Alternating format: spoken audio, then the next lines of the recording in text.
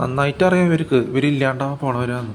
ആ ചന്ദ്രലേഖ സിനിമയിൽ കണ്ട ആ രീതി ഇന്നസെൻറ്റിൻ്റെ പിന്നാലെ കൂമ കോയ റോസ് ബിരിയാണിയിൽ അഭിനയിച്ച ഈ രണ്ടുപേര് ഇല്ലാണ്ടായി കറക്റ്റ് സമയത്ത് എല്ലാത്തിനും കിട്ടിയിട്ടുണ്ട്. അതിനോട് KPC കൊളീത എല്ലാത്തിനും അങ്ങനെയുള്ള ഒരു 50 വയസ്സൊക്കെ ജീവിച്ചവനവർ. മനസ്സിലാക്കാൻ പഠിക്കും. ഈ കോപനെയും മധു കുതു ജീവനുള്ള ദൈവമായിട്ട് ഒരു ബന്ധമില്ല. ജീവനത്തിൽ വിഗ്രഹങ്ങളെ ആരാധിച്ച് നടക്കണവരെയാണ് ഞാൻ പറഞ്ഞു. അവർ ഇനി 2 വർഷം 5 വർഷം ഇല്ല, അല്ലെങ്കിൽ ശ്രീദേവിക്ക് 80 വയസ്സ് വരെ ജീവിച്ചതിന്. ശ്രീദേവി ഒരു 80 വയസ്സിൽ ജീവിക്കാൻ പറ്റിയിട്ടില്ലേ, 55 വയസ്സിൽ ചത്തു. അപ്പം അറിയാം എത്രത്തോളം കോപനെയും അതിനെ കോപ്പി ചെയ്തിട്ടാണ് കോപന നടക്കണത്, കുഞ്ചുവാരിയെ നടക്കണത്, കുമ്മുട്ടി കോഹലായി നടക്കണത്, മൂക്ക് പ്ലാസ്റ്റിക് സർജറി ഓർമ്മ ഉണ്ട് എനിക്ക്. അപ്പോൾ അവരൊക്കെ ചാവാനായിട്ട് വലിയ വിഡിത്തം സമയമൊന്നും വേണ്ട. എന്നിട്ട് ഒന്ന് തോണ്ടി 1 മിനിറ്റ് കുറഞ്ഞത് 1 സെക്കൻഡ് കുറഞ്ഞത് അതിൽ കൂടുതൽ നിന്നിട്ടില്ലേ കുറേ ഗുട്ക കഴിക്കണം, ആക്ടേഴ്സിനെ കുറിച്ച് പറയാൻ അല്ലെങ്കിൽ എന്തെങ്കിലും ശോഷിതമാക്കാൻ ഹാരിസിനെ പേര് വിളിക്കാനൊന്നുമില്ല. അപ്പോൾ ആ വിഡ്ഢികൾക്ക് വേറെ ഏത് വിഡ്ഢിയുടെ സ്വപ്നം കാണുന്നതിന് കിട്ടേണ്ട സമയത്ത് കിട്ടും. ഒരു സോഷ്യൽ വാക്കുകളെ മുഖത്ത് നോക്കി പറയാൻ വന്നിട്ടില്ലേ. ഞാൻ പറയും ഇങ്ങനത്തെ ഒരു 1,00,000 ക്യാമറ അവിടെ ചിപ്പ് ക്യാമറ വെച്ചിട്ട് എല്ലാത്തിൻ്റെ ക്യാമറ കണക്ഷൻ എന്തെങ്കിലും വെച്ചിട്ട് എല്ലാവരും കൊടുത്തിട്ട് ഞാൻ പ്രസ്താവന എടുത്ത് അന്നും ആരും ചോദിക്കാൻ പറ്റില്ല, ഇന്നും ചോദിക്കാൻ പറ്റില്ല. അതിനെക്കുറിച്ച് സാധാരണ ആരും ചോദിക്കാൻ നമുക്ക് ഇഷ്ടമല്ല പോകാൻ പറയും. കൊള്ളുന്നില്ലേ എന്നും പറയും. നിൻ്റെ വെഡിത്തം, നിൻ്റെ ശോഷിതാവസ്ഥ, നിൻ്റെ ശോഷിതാവ കാണിക്കണം അല്ലേ. ഒരു ബസ് ആഡായ അതിൻ്റെ കടശം അതിൻ്റെ ശോഷിതാവസ്ഥയാണ്, അല്ല അതിൻ്റെ ഉള്ളിലിരിക്കുന്ന ആൾക്കാരുടെ ശോഷിതാവസ്ഥയാണോ? അങ്ങനെയാവാം. സ്വന്തം ശോഷിതാവസ്ഥ കാണിക്കാണ്ട് പോയി ചാവാൻ നോക്ക്. അത് പറയണേ എത്ര അത് പറയണേ സ്വന്തം കാര്യം നോക്കി എല്ലാവരുടെ കാര്യം മനസ്സിലാക്കിയിട്ടാണെങ്കിലും ധൈര്യത്തോടെ ഭക്ഷണം ഉണ്ടാക്കി എന്ത് സന്തോഷത്തോടെ ഇരിക്കണം. അവരുടെ കയ്യിൽ വെട്ടി തലയിടരുതെന്ന്.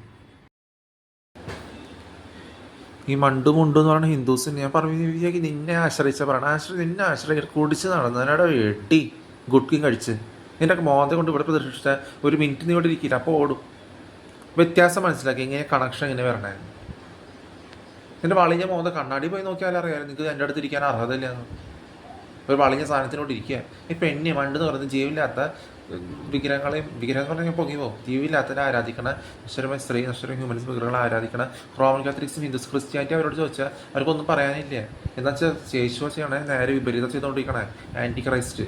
ഹിന്ദുസ് മുന്തിച്ച് വെച്ചാൽ ക്രിസ്ത്യാനിറ്റിയാണ് റോമൻ കാത്തലിക്സ്. അവർ ക്രിസ്ത്യാനിറ്റി വെച്ചാൽ ഞങ്ങളും റോമൻ കാത്തലിക്സ് അങ്ങനെ പറയുള്ളൂ. ക്രിസ്ത്യാനിറ്റിയെ കുറിച്ച് നിങ്ങൾക്ക് എന്താ അറിയാമെന്ന് വെച്ചാൽ ഞങ്ങൾക്ക് യേശു ഞങ്ങൾ ബൈബിൾ തുറന്ന് വായിക്കാൻ ഫുള്ളായിട്ട് ഞങ്ങൾ വായിച്ച് നോക്കില്ല എന്നൊന്നും പറയില്ലേ. അതാണ് ജീവനില്ലാത്തതിനെ ആരാധിക്കുന്നതും 3 തുള്ളി വെള്ളം ഒഴിക്കുന്നതും മുങ്ങി നിവരും. യേശു ചെയ്യേണ്ട മാതൃകയുടെ പള്ളിയിലും മലവരും പ്രാർത്ഥിക്കേണ്ട സമയം വരുന്ന അതല്ല. ജീവനില്ലാത്ത പ്രതിമകളെ ആരാധിച്ച് തലയ്ക്ക് വിവരമില്ലാത്ത കുറേ പാതിരികളും കയറ്റി വെച്ചിട്ട് പാതിരികൾ പറയണ വിഡിത്തം കേട്ടുവിട്ടിട്ട് കേൾക്കാൻ പറയാൻ പറ്റില്ല. എന്നിട്ട് കുറേ മുങ്ങി നിവരാണ്ട് കുറേ പ്രതിമകളും ജീവനില്ലാത്ത ജൽപ്പനകളും ജപമാലും ഇത് യഹോവയ്ക്ക് ആലോചിക്കാന്ന് പറയാം. ബൈബിൾ തുറന്നു വായിക്കാത്ത പാതിരികളുടെ ആവശ്യമില്ല നന്നായിട്ട് എഴുതിയിട്ടുണ്ട്.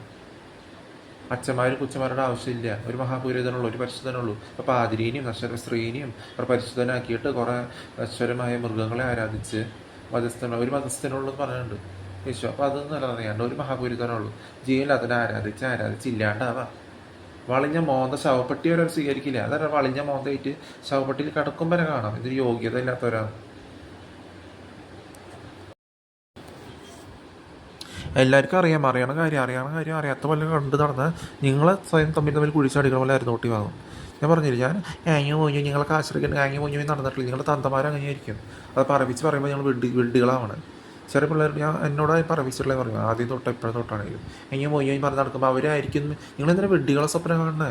എൻ്റെ തന്തയുടെ സ്വഭാവമാണ് വിചാരിച്ചിട്ട് തന്തയുടെ പറഞ്ഞു നിന്റെ തന്തി അരുന്നൂട്ടി വാങ്ങും, നീയും അരുന്നൂട്ടി വാങ്ങും. എങ്ങനെ പോയി പറഞ്ഞ് നടന്നതിനും വിചാരിച്ചോണ്ടിരുന്നു. ഞാനങ്ങനെ വിഡ്ഢി വാക്കുകൾ എൻ്റെ വീട്ടുകാരെ കുറിച്ച് പറഞ്ഞിട്ടില്ല, എന്നെ കുറിച്ച് പറഞ്ഞിട്ടില്ല, ആരെ കുറിച്ച് പരിസരത്ത് പറഞ്ഞിട്ടില്ല. അപ്പം എനിക്ക് പറഞ്ഞിട്ടില്ലായിരുന്നു. പറഞ്ഞ വിഡ്ഢികൾ ഇത് പറയുമില്ല, പെട്ട് നടക്കും. മനസ്സിലാക്കുക, നിങ്ങൾ തമ്മിൽ കുഴിച്ചടിക്കണം. നിങ്ങളുടെ സ്വയം കൂട്ടത്തിലുള്ള വെഡ്ഡികൾ തന്നെയായിരുന്നു ഊട്ടി വാങ്ങിക്കൊണ്ടിരിക്കണേ. നിങ്ങളുടെ പരാജയം നിങ്ങൾ തോൽക്കാനായിട്ട് വരുമ്പോഴത്തേക്ക് ഞാൻ എന്ത് ചെയ്യാനാണ്? സൂക്ഷിച്ച വാക്കുകൾ പറയാൻ പറ്റില്ല. മൂട്ടിന്ന് വിടാം.